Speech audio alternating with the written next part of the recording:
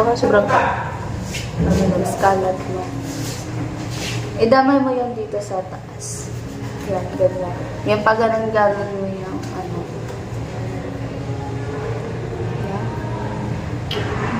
Yan. Naku, parang gwapahan na. Timang. Sige, isa ako. Ano yan, pinood? Maganda ka na ito.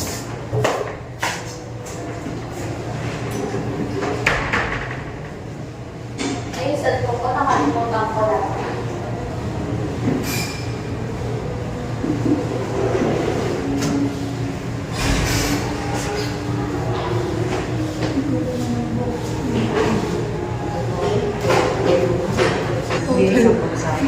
Kahit maraming tao sa stage. I-upload ko rin to sa TikTok eh, para makabenta tayo.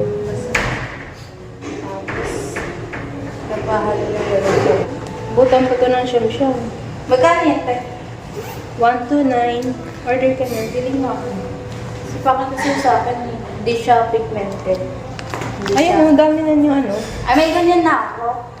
Yung eyeshadow na yan. Kasali to kaya? Oh. Yung ilan? Kasi nga, yung iba. Ay, ganun na. So, sino may gusto, punta lang sa aking TikTok shop. Si Anastasia Inebohlana. Ay, iba pala yun. Hindi pala yun ang TikTok ko.